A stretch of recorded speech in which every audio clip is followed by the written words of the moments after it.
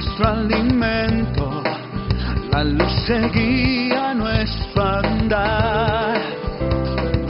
Un mismo Señor, una misma fuente de inspiración, y es por su gracia que somos hoy hijos de Dios.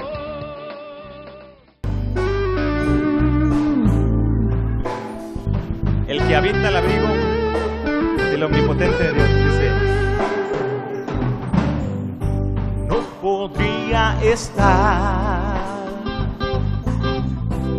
sin ver tus ojos, no podría vivir sin contemplarte a ti. No podría estar, dile. No podría estar sin ver tus ojos, no podría vivir sin contemplarte a ti. Es que eres más grande que el sol, más alto que las estrellas. Es que tu amor me inundó y ya no puedo vivir sin ti. Llévame, Señor, pegadito entre tus brazos. Llévame, Señor, al jardín de tu amor.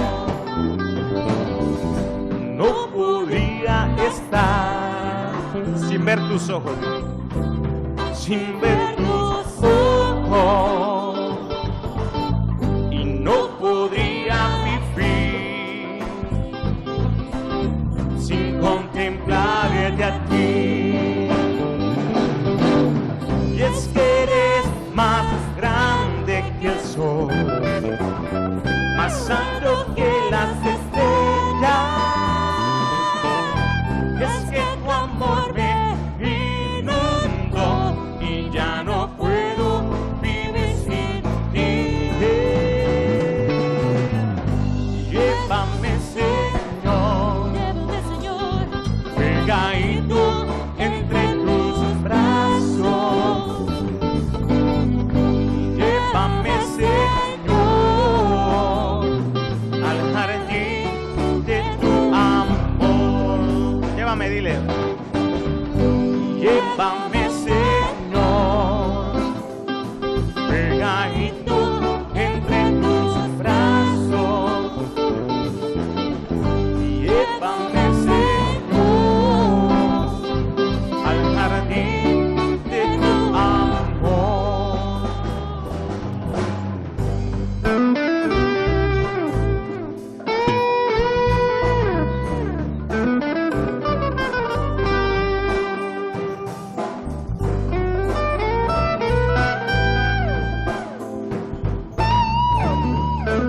Dile que Él es grande, dile. Es que eres más grande que el sol, más alto que las estrellas.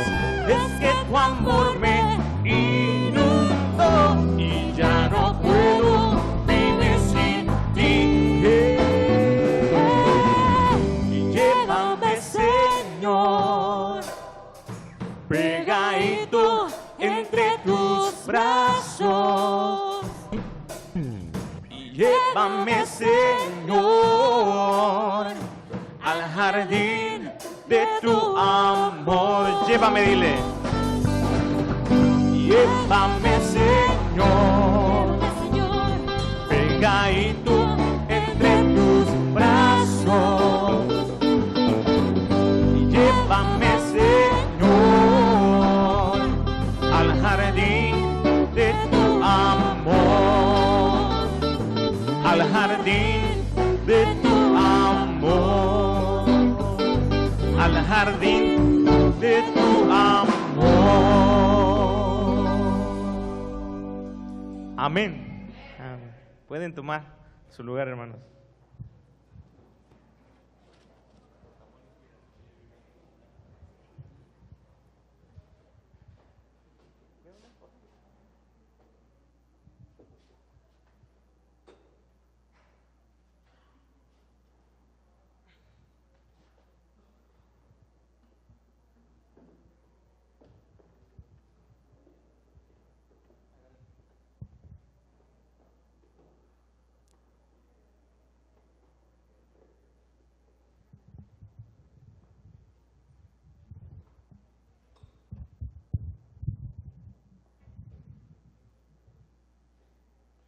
Hoy como que nos quedamos con ganas de alabar, ¿verdad?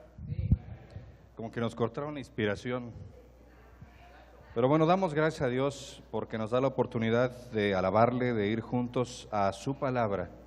Y antes de ir y continuar con la palabra de Dios y lo que Dios ha estado hablándonos a la vida de la iglesia desde ya algunos domingos, acerca de la importancia de esa fe extrema, acerca de la importancia de la intimidad con Dios, que nos lleve a ser realmente hombres y mujeres diferentes, que podamos dar evidencia de nuestro llamamiento y esperando a que nuestros hermanos vayan llegando en el transcurso de la mañana. Siempre que hay lluvia como que nos descontrolan las inundaciones y demás, pero yo quisiera que pudiéramos orar.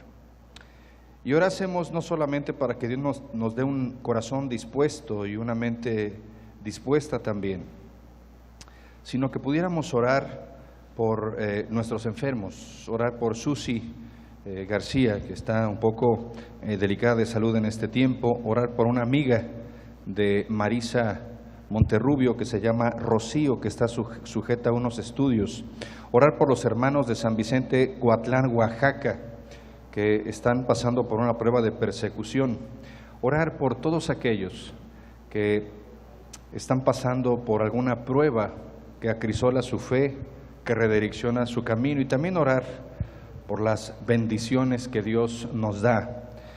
Damos gracias a Dios por la vida de Benjamín y Chela, que hoy Dios les concede un año más de vida matrimonial, y también por Chelita, a la que Dios le concede un año más de vida. Somos tocayos de onomástico. Y vamos a inclinar nuestro rostro y vamos a orar. Señor y Padre eterno, damos gracias por la bendición que nos das al estar reunidos delante de ti, con el único propósito de alabarte, Dios, de ir a tu palabra y de gozarnos en tu presencia, pero también de poner a nuestros amados en tus manos, Dios. Pedirte a ti, que eres el médico por excelencia, que te manifiestes en el cuerpo de Susi, que seas, Dios, con Rocío, que seas el protector y el refugio de nuestros hermanos de San Vicente Coatlán, también con nuestros hermanos de París. Dios, manifiesta tu gracia sobre ellos. Gracias te damos por las bendiciones que nos das, por los años más de vida matrimoniales, por los años más de vida, también por las circunstancias difíciles y adversas que quizás a nuestra mente escapen, pero que tú conoces por nombre y necesidad. Pero ayúdanos en este tiempo, Padre, a hacer una pausa en nuestra vida y enfocarnos en ti, para poder discernir tu voluntad para nosotros en este tiempo como personas, como familias y como iglesia. Tómanos, bendícenos y prepara nuestro corazón, porque en Cristo Jesús lo pedimos y damos gracias. Amén. Dios nos ha llevado a través de su palabra a poder realmente entender qué es intimidad con Dios. No solamente religiosidad, no solamente el llenar nuestras agendas con eventos dominicales, sino que realmente Dios anhela visitarnos de una manera sublime y especial. Y veíamos el domingo pasado que nuestra incredulidad afecta nuestra intimidad con Dios, que nuestra intimidad con Dios es aquella que desarrolla nuestra fe. Y hablábamos de esa lista de los héroes de la fe, y hablábamos de 4 caudillos de fe que hicieron grandes cosas para Dios y que sin duda alguna Dios obró fuertemente a través de ellos. Y yo quisiera que pudiéramos entender hoy que esa intimidad con Dios nos lleva verdaderamente al permanecer en esa unción fresca de Dios. Una intimidad con Dios nos lleva realmente a vivir en el poder del Espíritu Santo, en la transformación del Espíritu Santo, en el caminar en el Espíritu Santo. Yo quiero recordarles que sin intimidad, nuestra fe no es una fe verdadera a los ojos de Dios. Sin intimidad con Dios no somos simplemente más que religiosos, lo veíamos el domingo pasado. Sin fe, sin esa intimidad con Dios, realmente no hay mucho que hacer para glorificar a nuestro Dios. Nuestra fe debe ser ese deseo creciente de ir a la presencia de Dios constantemente. Nuestra fe debe llevarnos a esperar pacientemente el tiempo y forma de Dios en su kairos. Esa fe es el sentido de desarrollar el carácter de Cristo en nuestra vida, es pasar tiempo a solas con Dios. Esa fe nos lleva a tener gozo sobre las circunstancias, en donde ya no es carga para nosotros tener nuestro devocional, orar, ya no es carga para nosotros hacer lo que Dios espera que hagamos.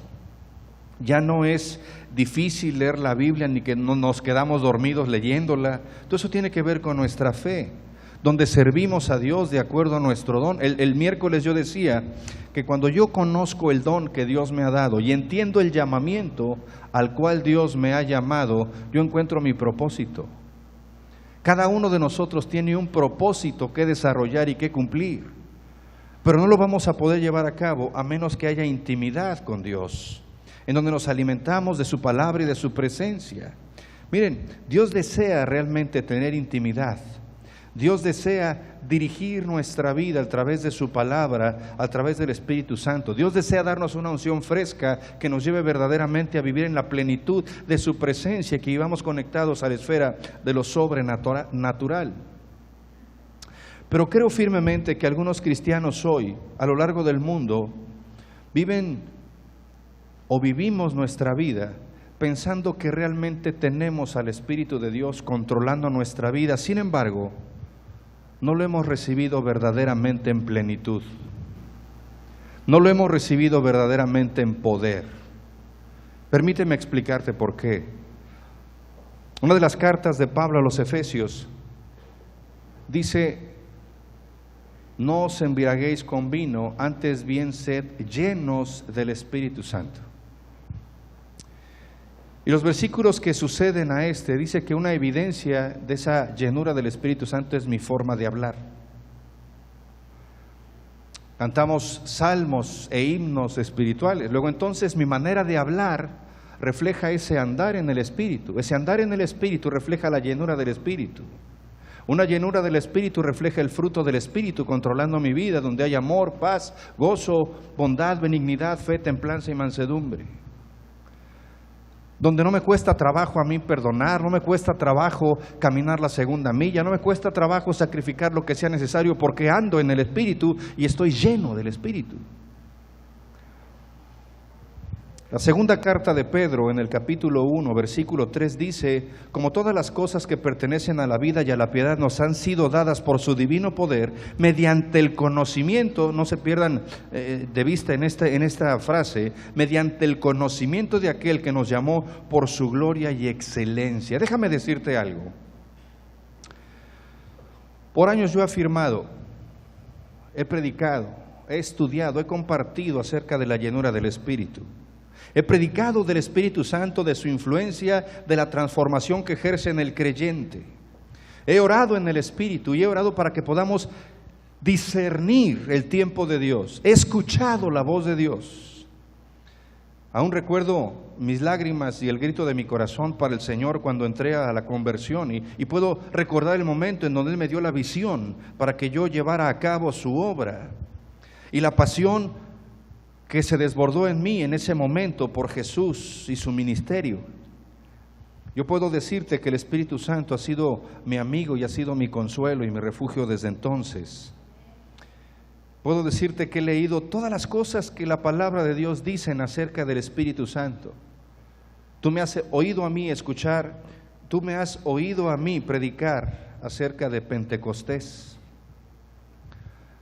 Me has oído hablar acerca de la necesidad de ser llenos del Espíritu Santo, que nuestros cuerpos son templo del Espíritu Santo, que confiemos en que el Espíritu de Dios habla a la vida de la iglesia.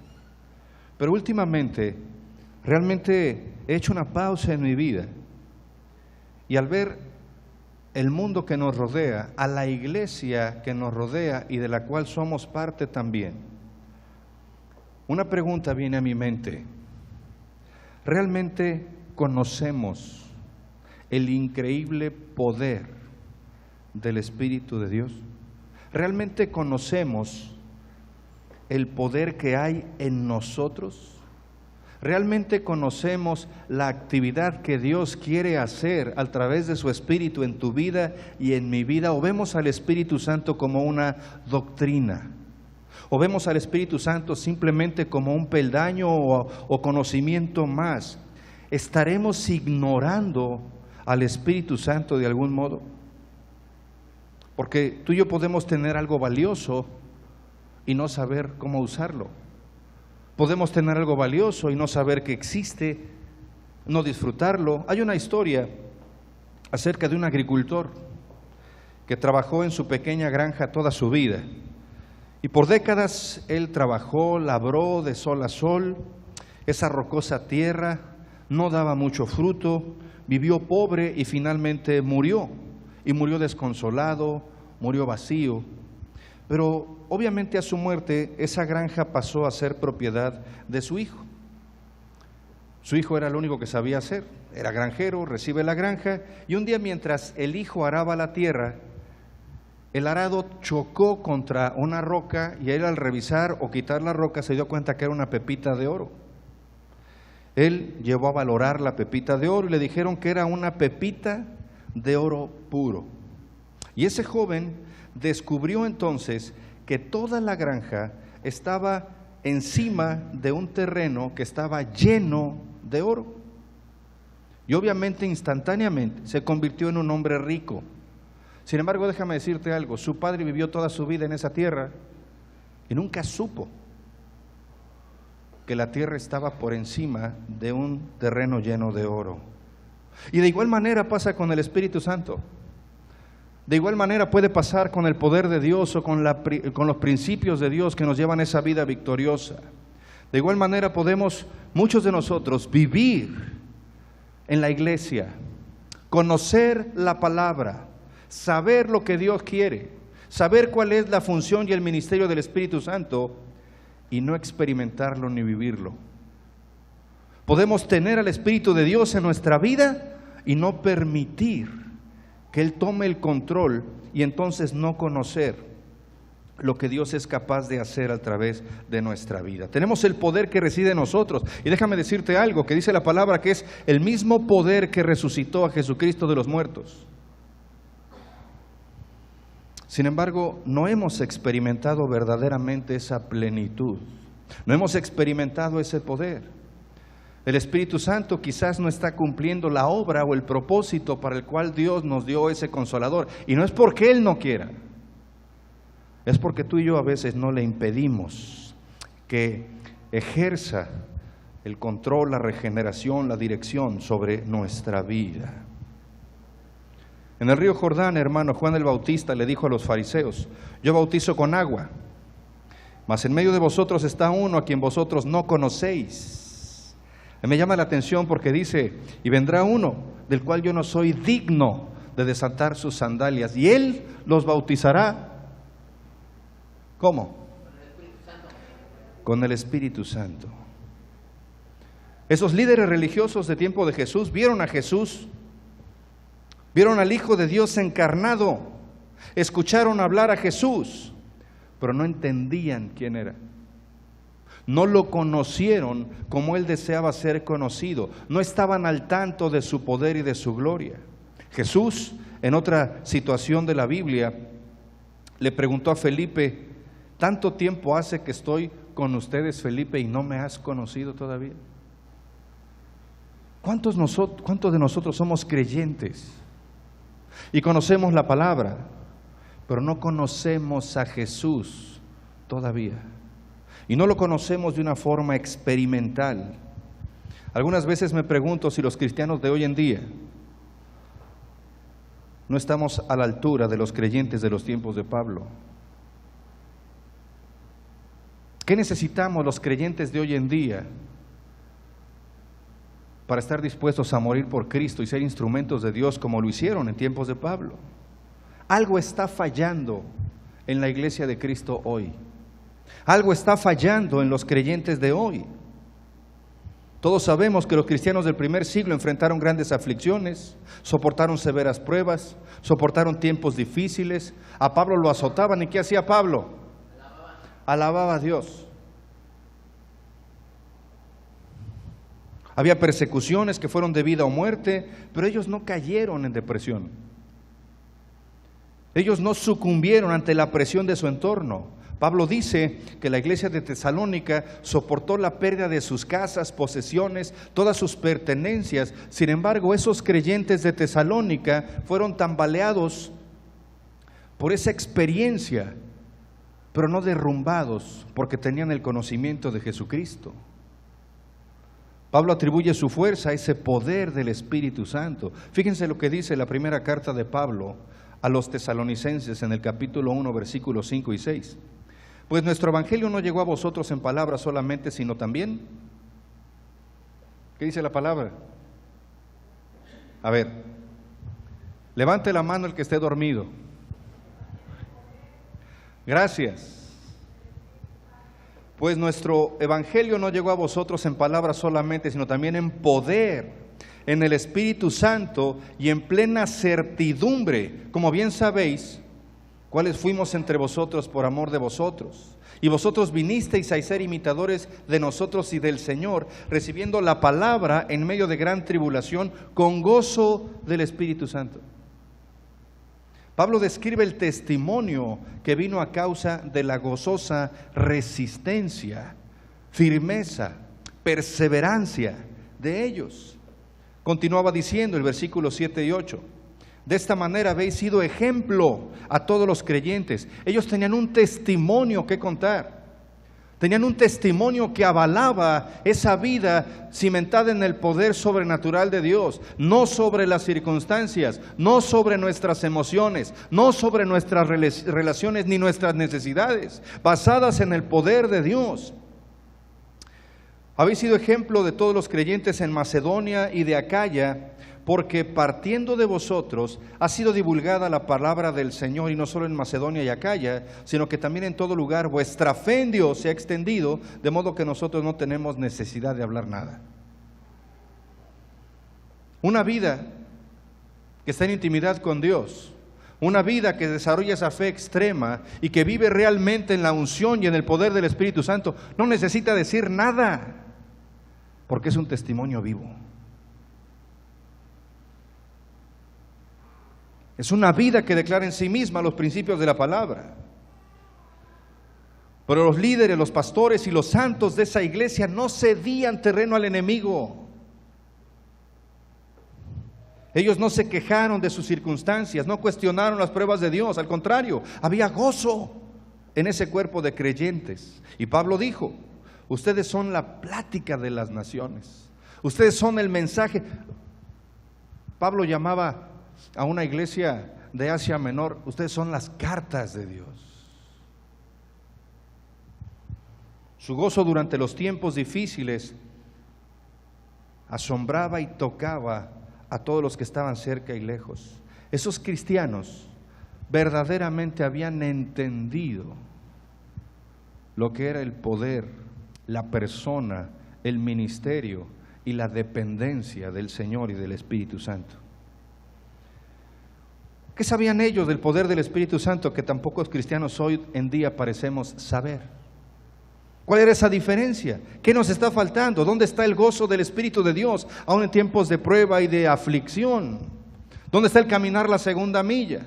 ¿Dónde está el hacer misericordia? ¿Dónde está el alcanzar al perdido? ¿Dónde está el vivir sobre las circunstancias, hermano y amigo que estás aquí? Déjame decirte, nunca en la historia de la iglesia, y lo digo con todo respeto, Nunca en la historia de la iglesia de Cristo, a lo largo de los tiempos, hubo tantos creyentes que estuvieran tan desalentados, tan apáticos, tan desenfocados, tan indiferentes, tan orgullosos, tan resentidos, tan enojados, tan ásperos como en nuestro tiempo.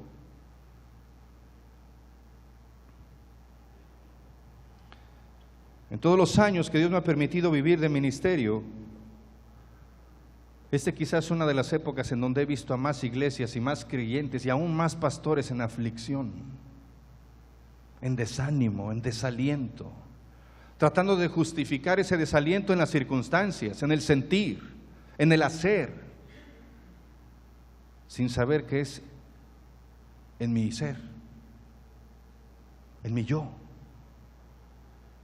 en esa intimidad con Dios y en esa unción y dirección del Espíritu de Dios. Hoy hay familias enfrentando crisis financieras, soportando batallas conyugales, desesperadas las familias por hijos rebeldes. Hoy mismo, pastores por todo el mundo se están desilusionando, están cansados de su labor y abatidos porque no ven fruto. Hay pastores que ya no saben qué predicar a las iglesias para que las iglesias se aviven.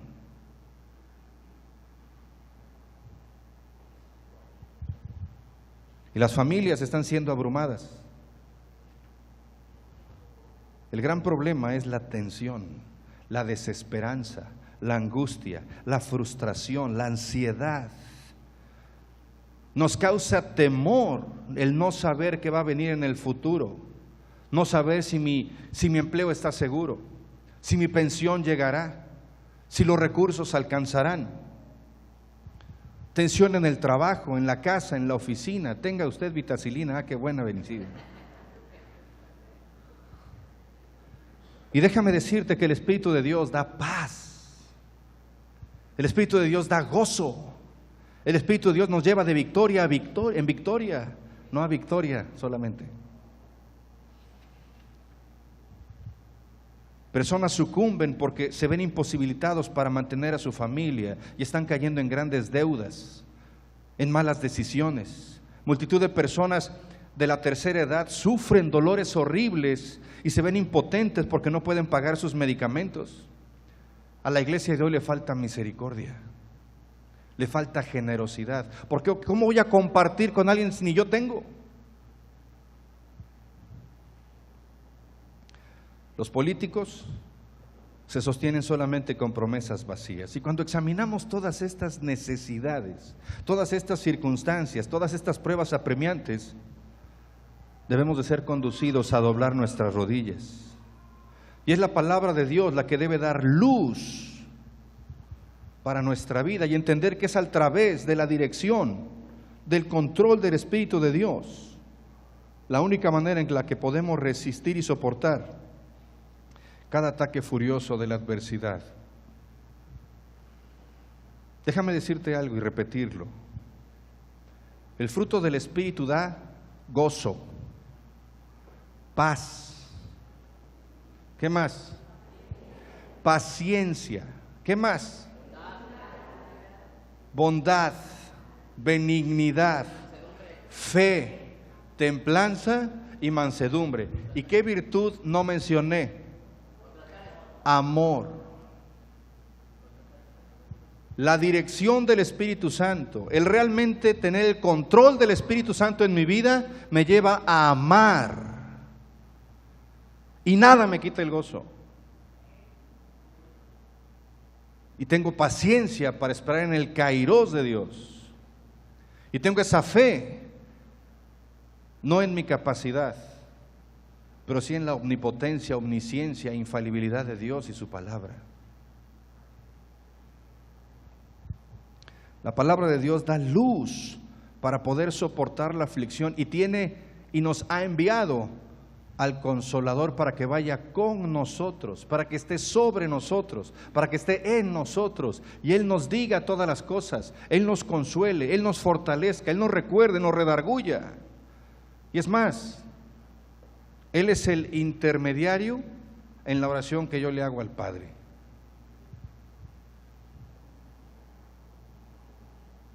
Déjame decirte que hoy estamos viviendo permítanme llamarle así, una guerra. Una guerra directa contra el pueblo de Dios. Sabemos que el enemigo trata de que el pueblo de Dios pierda la brújula, pierda el enfoque, pierda el gozo, pierda el amor, pierda la esperanza. Es un enemigo frenético. ¿Y sabes qué está pasando con este enemigo frenético? Está venciendo la fe de los santos. Está haciéndonos perder toda confianza en Dios, porque nos está llevando a apartar nuestra mirada de Dios. Muchos creyentes han pasado a estar paralizados en su fe. Otros están siendo vencidos en su fe. Otros están naufragando en la vida. Por eso hay tanta apatía, tanta indiferencia, tanta religiosidad, porque hemos perdido la capacidad de intimar con Dios. Hemos perdido la capacidad de darle el control de nuestra vida al Espíritu Santo, y tarde que temprano nos vamos desalentando y nos rendimos. ¿Por qué las iglesias se están vaciando? Porque el pueblo de Dios se está rindiendo. Porque nuestras prioridades están en desorden. Cuando miro lo que está pasando en nuestra sociedad, en nuestro estado, en nuestra región, en nuestro país, déjame decirte que puedo ver al diablo cómo vomita sobre nosotros un río de iniquidad, y cómo ha puesto una inundación de aflicciones contra el pueblo de Dios, y muchos están siendo arrastrados por esa corriente.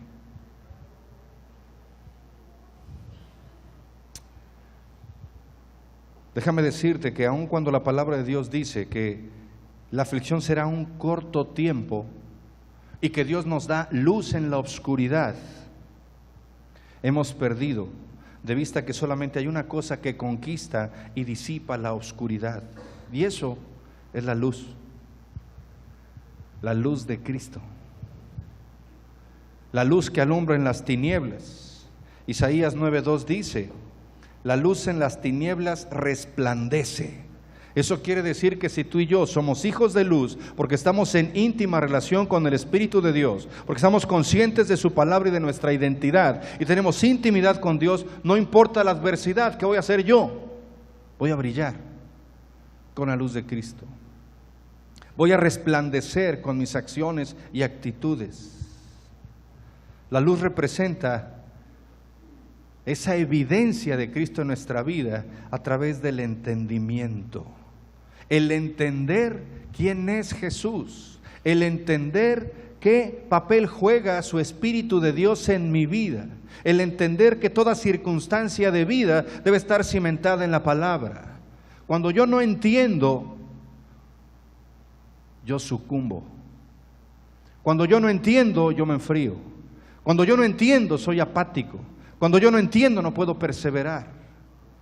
Y porque no entiendo, entonces no me sujeto y me someto al control del Espíritu de Dios. Déjame decirte algo. El Señor quiere abrir realmente nuestros ojos y ver realmente la circunstancia de nuestro entorno. Él quiere darnos esa vida nueva, ese nuevo comienzo. Nos quiere dar esa nueva revelación de su plan para nuestra vida. Nuestra vida no depende de nuestro entorno ni de las circunstancias, depende de Dios, y ha enviado al Espíritu de Dios, cuyo poder es mayor que el poder del infierno. ¿Sí se acuerdan que dice Hechos 1:8?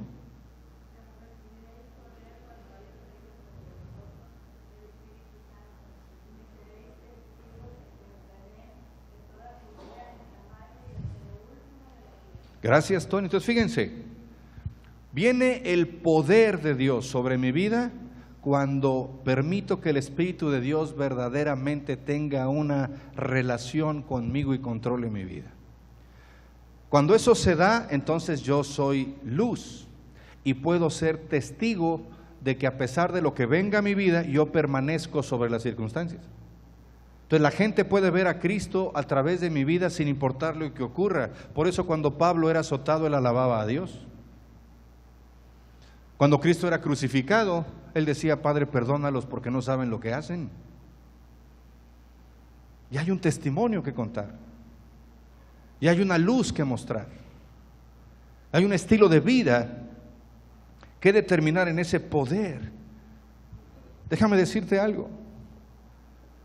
El Espíritu de Dios, Cristo, están viviendo en nosotros. Pablo declara que el Espíritu de Dios está obrando en nosotros, que está vivo en nosotros, que quiere tomar el control de nuestra vida para llevarnos esa vida abundante. El Espíritu de Dios no está guardado bajo llave en la gloria. Es accesible.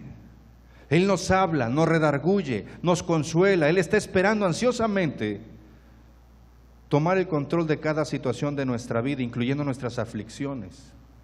Pero si continuamos en temor, en desesperación, si continuamos en orgullo, si continuamos en resentimiento, si continuamos en indiferencia, haciéndonos solo preguntas del por qué pasan las cosas, entonces vamos a seguir sumergiéndonos en la ansiedad o en la dureza de nuestro corazón. Y aun cuando puedas tener al Espíritu Santo, no has recibido de Él todo lo que Dios ha prometido darte. El testimonio, hermano, no es hablarle a la gente de Jesús. Compartir la palabra de Dios no es citar versículos de la Biblia. Alcanzar a las personas no es solamente orar por las personas. Son herramientas estas cosas. Pero testificar de Cristo es tu vida reflejando a Cristo, sobre todo cuando las cosas van mal, sobre todo cuando tú ya no ves esperanza. Es cuando esa fe surge y ese testimonio para el mundo transforma el entorno, cuando echamos todas nuestras cargas sobre Él, como los creyentes de Tesalónica. Ya no vemos problemas abrumadores por todas partes. Vemos al Señor tomando el control de nuestros problemas y eso nos da ese gozo sobre circunstancias, donde confiamos en el Espíritu de Dios para su consuelo, para su dirección, amén, de la aflicción. Esos cristianos verdaderamente tienen, disfrutan, viven, se dejan dirigir por el Espíritu Santo, porque en Él tenemos todo lo que necesitamos para vencer. Amén. O déjenme preguntarles algo, ¿un cristiano cabizbajo es un buen testimonio? ¿Un cristiano enojado, ensatanado, es un buen testimonio?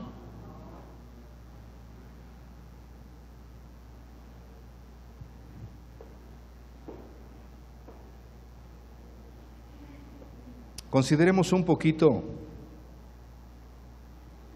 el testimonio de Pablo.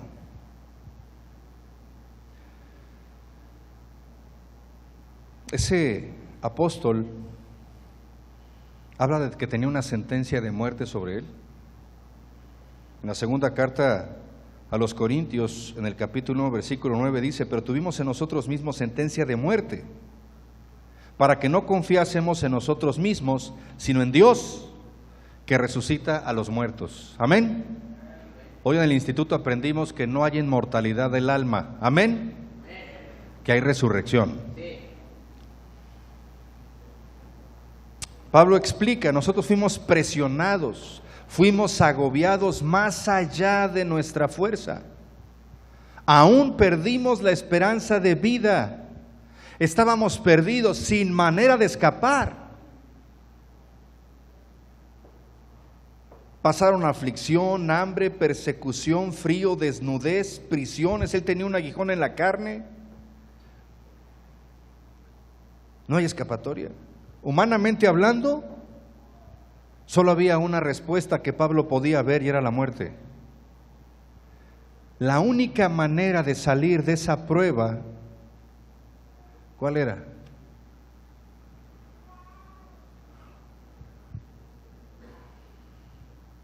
Hermanos y amigos macedonios, ¿cuál era? La única solución era que Pablo muriera a sí mismo y permitiera que el Señor Jesús, a través del Espíritu de Dios, transformara su vida y lo guiara a toda verdad. Dios permitió cada una de las pruebas de Pablo y eso lo llevó a no confiar en sí mismo, sino a confiar plenamente en el Espíritu Santo para que lo liberara. Por eso Pablo escribe en Efesios 6, cuando habla de la armadura espiritual: y habiendo acabado todo, estad firmes. Cuando haya pasado el día malo, estad firmes. Esa firmeza no la da tu capacidad, ni tu fuerza, ni tus títulos. Solo la da el Espíritu de Dios en nuestra vida.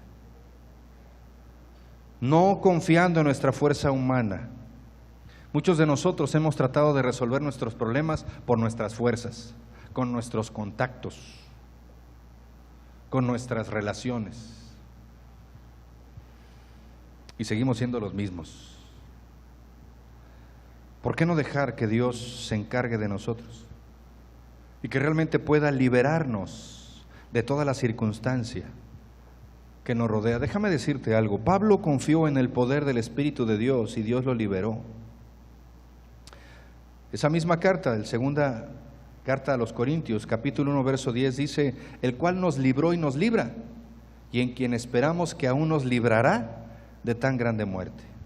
Nos libró, nos libra y nos librará. Pablo está diciendo: el Espíritu me libró de una situación que para mí era imposible, que para mí ya no tenía solución. Déjame resumir todo. Recibir el Espíritu de Dios no se evidencia por una manifestación emocional. Déjame decirte que yo creo en las manifestaciones del Espíritu. Pero el Espíritu de Dios no es emoción, es transformación. La evidencia del Espíritu de Dios es tu vida transformada. Es cuando tú reflejas el carácter de Cristo. Yo estoy hablando de recibir el Espíritu a través de un conocimiento creciente y reposado en intimidad con Dios. Tener una luz creciente acerca de su poder liberador, esa capacidad de llevar nuestras cargas y su provisión. Yo repito las palabras del apóstol Pedro: como todas las cosas que pertenecen a la vida y a la piedad nos han sido dadas por su divino poder, mediante el conocimiento de aquel que nos llamó por su gloria y excelencia. Según Pedro, el divino poder del Espíritu no viene como una manifestación solamente. Viene a través del conocimiento, de entender realmente quién es Jesús en nuestra vida. Juan 1:16, porque de su plenitud tomamos todos y gracia sobre gracia. Ahora déjame decirte algo. Lo que estamos diciendo aquí es que el Espíritu Santo no es completamente recibido hasta que tenga el control total de nuestra vida. Dice la palabra: si tienes al Espíritu, anda en el Espíritu. Si tienes al Espíritu, habla. Como si el Espíritu estuviera controlando tu boca. Si tienes al Espíritu, piensa. Como si tuvieras al Espíritu. Si tienes al Espíritu, ama. Si tienes al Espíritu, sirve. Si tienes al Espíritu, crece. Si tienes al Espíritu, haz.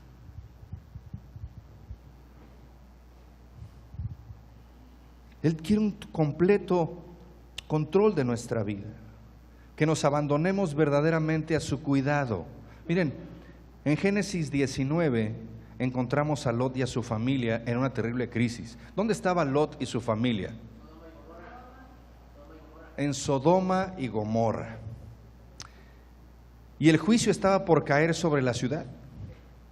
Ellos estaban en Sodoma y Dios había enviado a sus ángeles para liberarlos. Lot abrió las puertas de su casa a los mensajeros de Dios. Ellos entraron en la casa. Ellos llevaban la instrucción para librar a toda esa familia. Pero realmente los ángeles no fueron recibidos. Entraron a la casa, pero no fueron recibidos. Déjame decirte algo: el Espíritu de Dios no quiere ser una visita en tu casa. Haz de cuenta que el Espíritu Santo toca a tu puerta, tú abres la puerta, Él llega con 2 maletas y tú lo pasas a la sala y le sirves un café. ¿Qué le estás diciendo? Bienvenido, pero terminando el café te me vas. ¿No? Cuando alguien llega con maletas a tu casa, ¿a dónde lo pasas? A la sala. ¿Y las maletas a dónde van? Pero llega el Espíritu Santo con maletas y tú nada más le invitas una taza de café. Se supone que toman café las visitas, ¿no? O de perdiz agua. Bueno, agua.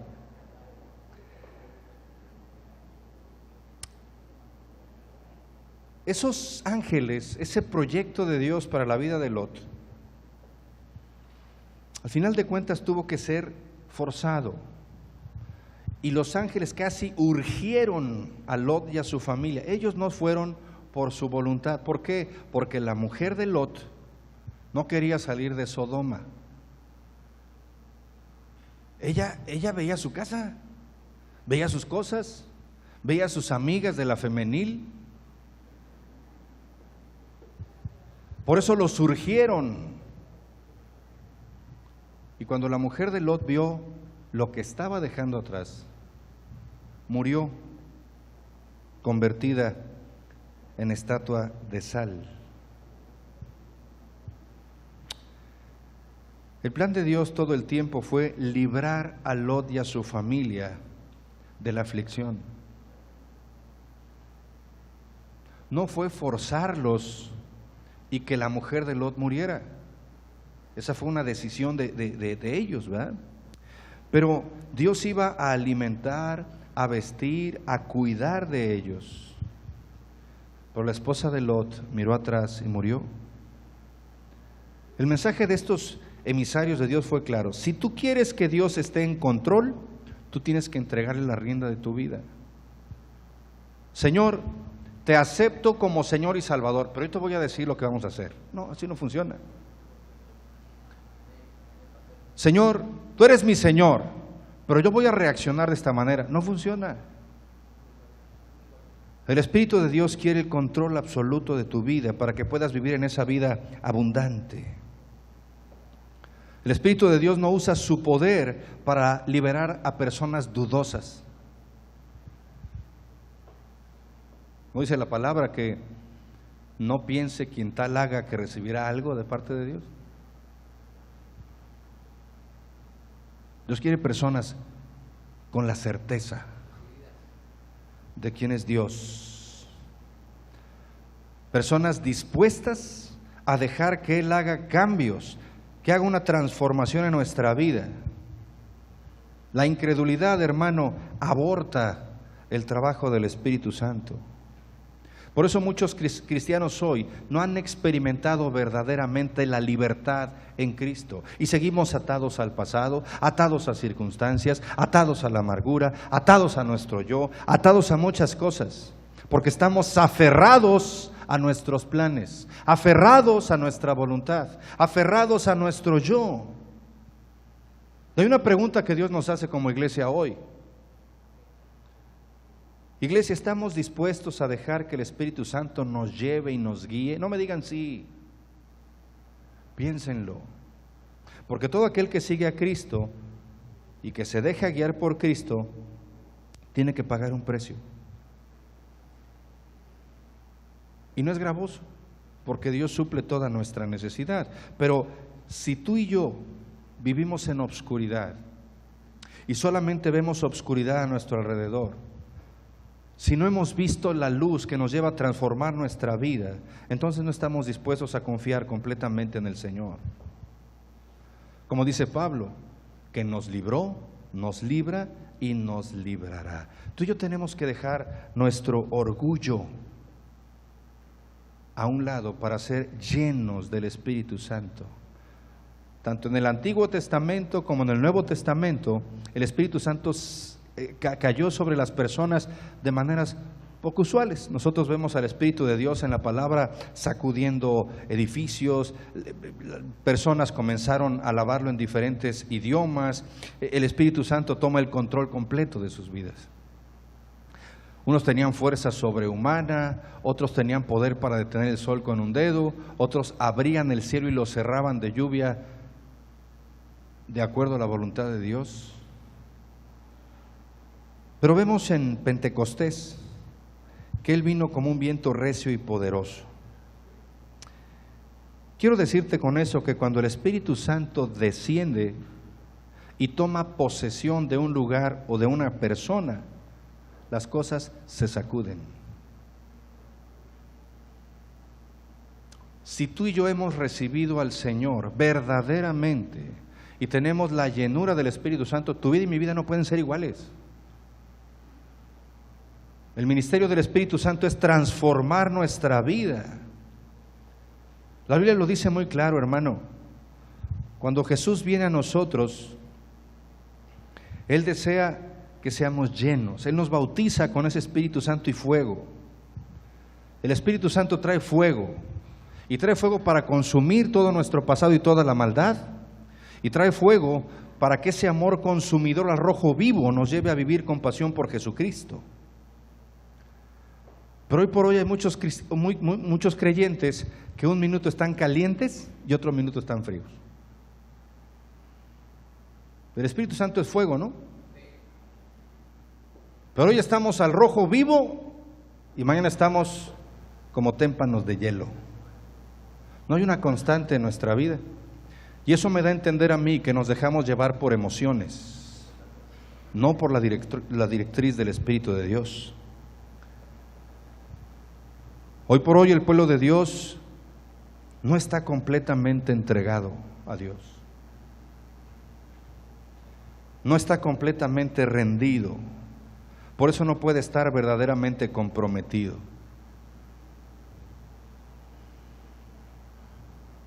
Claramente Juan 16:8 dice, y cuando venga el Espíritu de Dios, convencerá de pecado. Yo no sé si estamos convencidos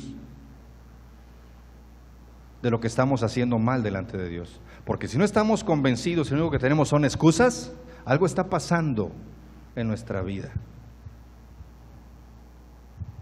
¿Sí sabías que el Espíritu Santo es la plomada de Dios? ¿Para qué sirve una plomada? A ver, voy a preguntar al ingeniero. Para preservarle la verticalidad que debe tener la pared. Sonó interesante, ¿no?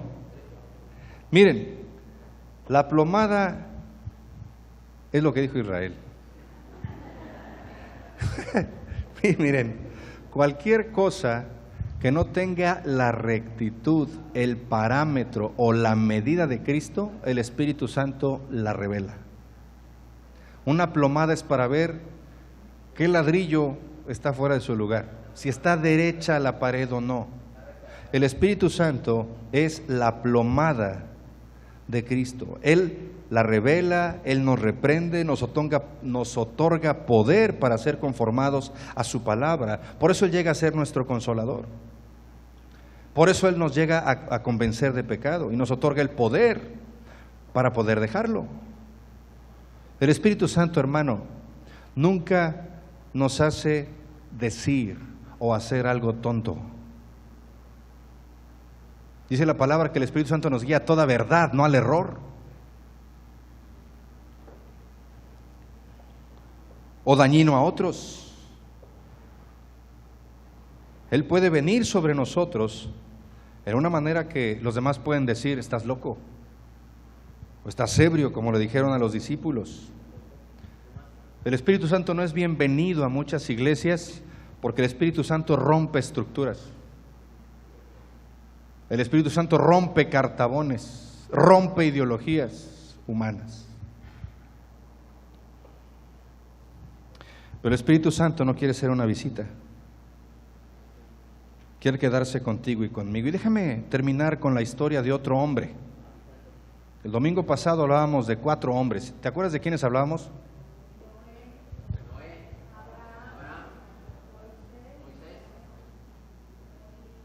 ¿A quién se lo llevaron? Y Enoc. Ok. Hablamos de 4 siervos de Dios. Hoy quiero hablarte de Sansón. Sansón era un hombre lleno de poder. ¿Amén? ¿Amén? Pero era vacío de la palabra de Dios. Déjame explicarte. Sansón representa los ministerios, representa a los creyentes, representa al liderazgo de las iglesias, al pueblo de Dios. Porque Sansón gozaba del poder del Espíritu Santo. Podemos leer en la palabra que el Espíritu de Dios estaba sobre Sansón, ¿no? De ahí venía su fuerza descomunal, no de que fuera un gigante portentoso de gran musculatura como el pastor, no. Ahora me veo en el espejo y digo, híjole, pídele a tiempo que vuelva, ¿no? Pero déjame decirte algo, Sansón, aun cuando era lleno del Espíritu Santo, tomó a la ligera ese poder dado por el Espíritu Santo. Sansón fue un hombre que estaba totalmente desprevenido para lo que iba a vivir su generación. Sansón abusó de sus dones, derrochó el poder que el Espíritu Santo le dio. Y déjame decirte que su fracaso y su caída son una lección todavía para la iglesia de Cristo hoy. Déjame explicarte brevemente por qué. Cuando Sansón nació, Israel estaba en la miseria. Hoy muchas iglesias están en la miseria. ¿Sabes que hay pastores que tienen que dejar sus ministerios para trabajar como ayudantes de lo que sea para llevar un sustento a su casa? Que hay iglesias que están cerrando porque la gente no acude a ellas, porque hay indiferencia y apatía. Que la iglesia de Cristo hoy ya no representa esa extensión del brazo poderoso de Dios que representó en tiempo de Jesús, cuando los reconocían porque eran creyentes, cuando encontraban el favor de todo el pueblo, cuando se añadía gente a la iglesia y Pedro predicaba y 3,000 y 5,000 gentes aceptaban a Cristo. Pero bueno, en tiempo de Sansón, repito, los hijos de Israel estaban en la miseria, estaban en cautiverio, estaban en aflicción, porque dice la palabra que estaban en rebeldía contra Dios. E hicieron lo malo ante los ojos de Dios. Lo dice Jueces 3:7. Entonces Dios levantó a Sansón. ¿Sansón era hijo de quién? De su papá, ya lo sé, pero ¿cómo se llamaba su papá? Manoa, ¿sí? Sansón era hijo de Manoa y Dios levantó a Sansón. Él le dijo a Manoa y a su esposa qué era lo que iba a hacer a través de Sansón y quiso levantarlo para que fuera un libertador en ese tiempo de ruina y desesperación para el pueblo de Israel. La Escritura dice en Jueces 13:25, y el Espíritu de Jehová comenzó a manifestarse en él a temprana edad. Esta palabra hebrea manifestarse significa que regularmente se movía a menudo la vida de Sansón. Continuamente el Espíritu de Dios se movía en Sansón. Sansón desde pequeño fue llamado a ser un nazáreo. Los nazarios eran los que tenían un voto de consagración a Dios. Por eso el cabello largo. No porque fuera integrante de un grupo de heavy. Pero tampoco su fuerza radicaba en la melena. Ahorita te explico por qué. Sin embargo, como nazáreo, la palabra nazáreo significa separado, apartado, consagrado para Dios, abstenido de todo aquello que no era grato a Dios. Sansón estaba predestinado a ser un instrumento de Dios y a llevar una vida santa, una vida separada. Por eso nunca se cortó el pelo, nunca tomó vino, cualquier bebida intoxicante, nunca se acercó a un cadáver aun cuando fuera de su familia. Él estaba siendo preparado para esa función de Dios. Y para prepararlo, Dios envió a su Espíritu Santo sobre Sansón. Sansón debería de ser un vaso consagrado. Y sabemos a la luz de la palabra que el Espíritu Santo se movía sobre Sansón mucho antes de que él comenzara su ministerio en Israel. Pero Pedro nos dice, sino que los santos hombres de Dios hablaron siendo inspirados por el Espíritu Santo. Un hombre de Dios, alguien que está lleno del Espíritu Santo, habla bajo esa inspiración, actúa bajo esa inspiración, se mueve ante esa inspiración. Cualquiera que fuera la manifestación física o verbal que ocurriera, era obviamente acompañada por el Espíritu de Dios, hablando en y a través de la gente. Ahora, mientras el Espíritu Santo se movía sobre Sansón, era seguro que el Espíritu Santo confirmaba lo que Sansón enseñara. Ese secreto de su poder, ¿dónde estaba? ¿Cuál era el secreto de la fuerza de Sansón? Era el Espíritu de Dios. Sansón era un superhumano porque el Espíritu de Dios estaba sobre él. Elías corría más rápido que los caballos porque el Espíritu de Dios estaba sobre él. Hombres que pudieron vencer gigantes, separar ríos y mares, porque el Espíritu de Dios estaba sobre ellos. El secreto del poder estaba en su dependencia total en el Señor. Solo a través del Espíritu Santo, él podía mantener esa fuerza al mantenerse separado y consagrado para Dios. Ahora, Dios nunca envía a nadie, hermano, a hacer una obra de poder sin antes enseñarle la forma en que el Espíritu lo va a capacitar y a proveer para hacer esa obra. Donde Dios guía, Dios provee. Así que Sansón sabía muy bien que él tenía que mantenerse bajo la cubierta del Espíritu de verdad, mantenerse consagrado, abstenerse de todo aquello que a Dios no le agradaba para poder ministrar a través del poder del Espíritu. Es lógico, ¿no? Amén. Sin embargo, en la vida de Sansón existía una vida llena de pasión desenfrenada. Él tenía una pasión abrumante por mujeres extrañas.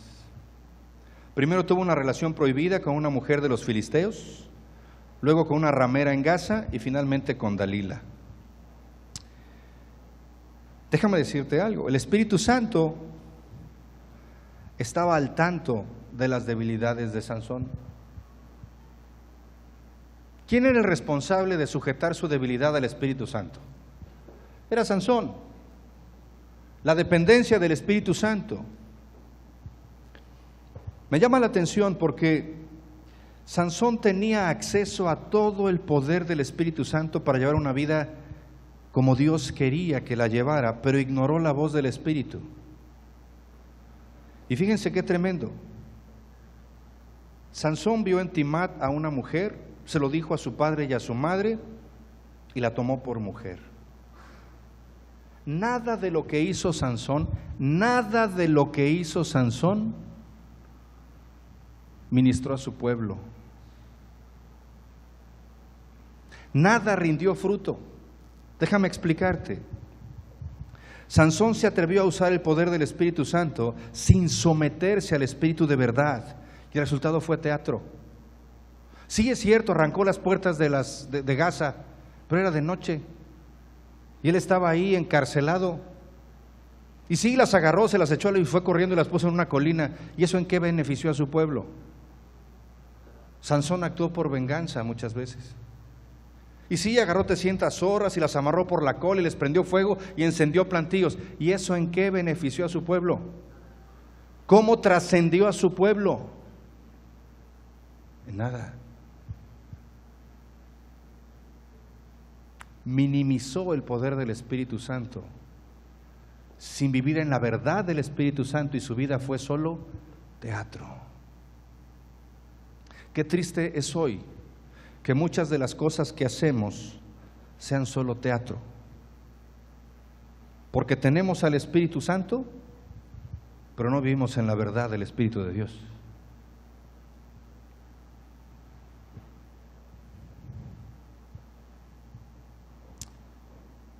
Hermano, yo creo en la manifestación del Espíritu Santo,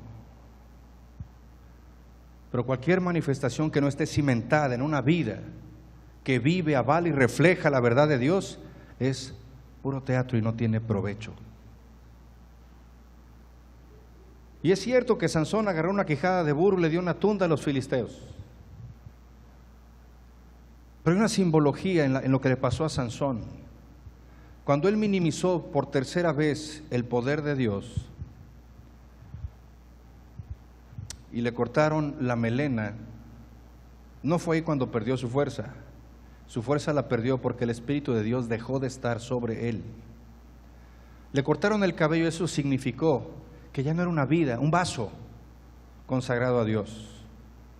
Y le quitaron los ojos, dice la palabra, porque habemos muchos que aún teniendo el Espíritu de Dios estamos ciegos y seguimos viviendo nuestra vida y nuestra voluntad. Por eso sucumbimos aún teniendo al Espíritu Santo. Piensa en lo poco que Sansón logró en su vida para su ministerio, para ministrar a su pueblo. Él dio evidencia de un poder sobrenatural sin un propósito verdadero. Mató a un león con sus propias manos, hizo grandes cosas, pero nadie fue liberado del pueblo de Israel. El pueblo de Israel no fue bendecido, no fue transformado. El hecho trágico de la vida de Sansón está claro. Él fracasó en su misión. El Espíritu de Dios estaba sobre él. Él creció con una misión, siendo apartado para Dios. Pero él fracasó totalmente en su ministerio. Cuando Sansón murió en el templo del dios Pez, en el templo del dios Dagón, y aun cuando dice la palabra que él en su muerte mató más filisteos que en toda su vida, Israel seguía igual de rebelde y hundido que cuando Sansón empezó su ministerio.